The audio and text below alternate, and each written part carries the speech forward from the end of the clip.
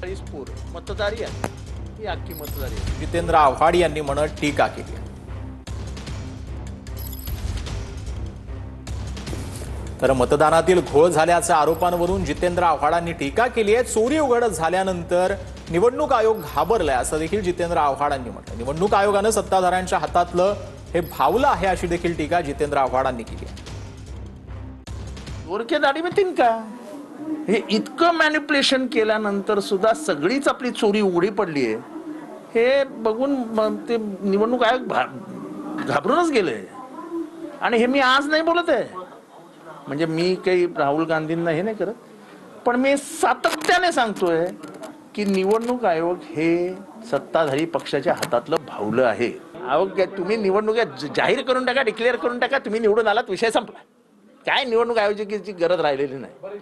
आणि आमचं आता अपेक्षा गवईंकडनं आहे की एवढा मोठा स्कॅम उघड झाल्यानंतर त्यांनी मुख्य न्यायाधीश गवई यांनी सुमोटो याच्यात प्रवेश केला पाहिजे.